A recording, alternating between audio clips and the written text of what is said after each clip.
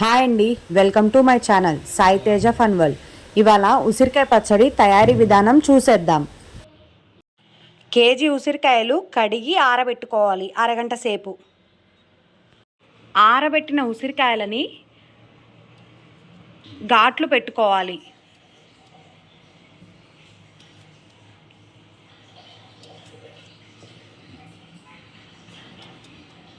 ఈ విధంగా ఘాట్లు పెట్టుకోవాలి. 3 స్పూన్స్ ఆవాలు, 1 స్పూన్ మెంతులు లైట్గా వేయించుకోవాలి. వీటిని ఎక్కువసేపు వేయించుకోకూడదు, ఎక్కువసేపు వేయించుకుంటే చేదొస్తాయి. ఈ విధంగా వేగితే సరిపోతుంది. వీటిని కాసేపు ఆరబెట్టుకోవాలి.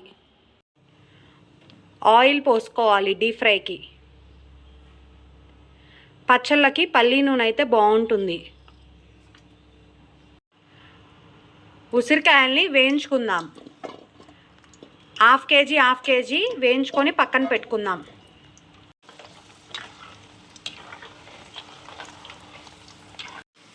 ఇలా కలుపుతూ వేయించుకోవాలి. ఇలా అయితేనే సమానంగా వేగుతాయి.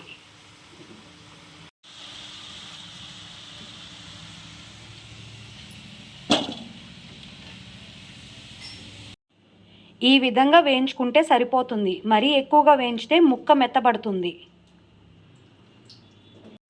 ఉసిరికాయలు ఆరే లోపల చింతపండు గుజ్జు తయారు చేసుకుందాం. ముందుగా ప్యాన్ పెట్టి ఒక 2 స్పూన్స్ ఆయిల్ వేసుకోవాలి. ఒక 100 గ్రాములు చింతపండుని తీసుకొని చింతపండు పులుసులాగా ఉడకపెట్టుకోవాలి.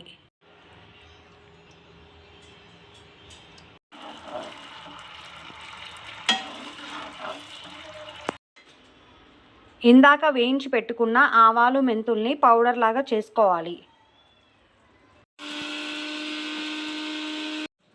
ఈ విధంగా పౌడర్ చేసుకోవాలి. ఈ విధంగా చింతపండు గుజ్జుని తయారు చేసుకోవాలి. ఈ గ్లాస్తో ఉసిరికాయల్ని కొలుద్దాము.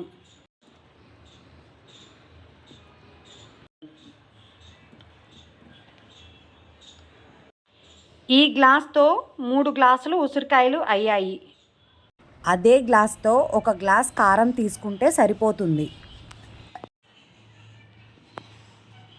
1/2 కప్పు ఉప్పు,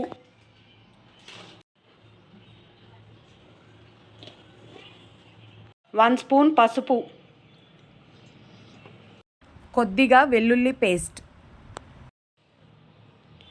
ఆవాలు మెంతి పొడి,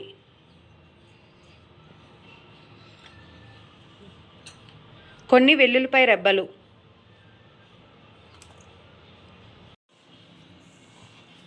ఈ విధంగా అన్నీ కలుపుకోవాలి. ఇప్పుడు చింతపండు గుజ్జును వేసి కలుపుకుందాం.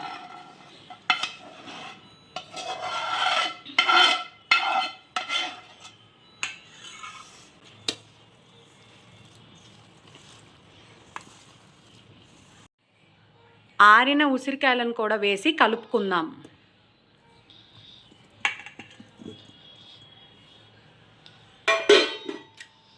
ఇలా ఒకసారి కలిపి తర్వాత ఆయిల్ వేసి కలుపుకోవాలి. కాగిన నూనె చల్లారాక పచ్చళ్ళలో వేసి కలుపుకోవాలి. వేడి నూనె పోస్తే పచ్చడి కలర్ మారుతుంది. చల్లారాకే పోసుకోవాలి నూనె.